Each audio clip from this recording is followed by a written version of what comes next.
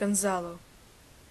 The older you are, the younger you get when you move to the United States. They don't teach you that equation in school. Big Brain, Mr. Smoltz, my 8th grade math teacher, hasn't even heard of it. It's not in Gateway to Algebra. It's Garcia's equation. I'm the Garcia. 2 years after my father and I moved here from Guatemala, I could speak English. I learned it on the playground and watching lots of TV. Don't believe what people say. Cartoons make you smart. But my father, he worked all day in a kitchen with Mexicans and Salvadorians. His English was worse than a kindergartner's. He would only buy food at the bodega down the block. Outside of there, he lowered his eyes and tried to get by on mumbles and smiles. He didn't want strangers to hear his mistakes, so he used me to make phone calls and talk to the landlady and buy things in stores where you had to use English. He got younger. I got older. Then my younger brothers and mother and Tijuan, her uncle, came north and joined us. Tijuan was the oldest man in his pueblo, but here he became a little baby. He'd been a farmer, but here he couldn't work. He couldn't sit out in the plaza and talk. There aren't any plazas here, and if you sit out in public, some gang driving by might use you for target practice. He couldn't understand TV, so he wandered around the apartment all day, in and out of rooms, talking to himself, just like a kid in diapers. One morning, he wandered outside and down the street. My mother practically fainted.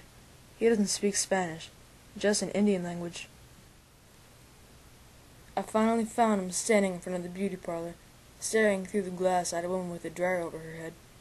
He must have wondered what weird planet he'd moved to. I led him home, holding his hand, the way you would with a 3-year-old. Since then, I'm supposed to babysit him after school. One afternoon, I was watching TV, getting smart on the Brady Bunch. Suddenly, I looked up. He was gone. I checked the halls on all 5 floors of the apartment house. I ran into the street. He wasn't in the bodega or the pawn shop. I called his name, imagining my mother's face when she found out that he'd fallen through a manhole or been run over. I turned the corner, looking for the white straw hat he always wore. 2 blocks down, I spotted it. I flew down the sidewalk and found him standing in front of a vacant lot, making gestures to a man with a shovel. I took his hand, but he pulled me through the trash and into the lot. I recognized the man with the shovel. He was the janitor at my old school. He had a little garden planted. Different shades of green leaves were coming up in rows. Tijuan was smiling and trying to tell him something. The man couldn't understand him and finally went back to digging. I turned Tijuan around and led him home. That night, he told my mother all about it. She was the only one who could understand him. When she got home from work the next day, she asked me to take him back there. I did. He studied the sun, then the soil. He felt it, then smelled it, then actually tasted it. He chose a spot not too far from the sidewalk. When my mother changed buses, she'd gone into a store and bought him a trowel and 4 packets of seeds. I cleared the trash. He turned the soil.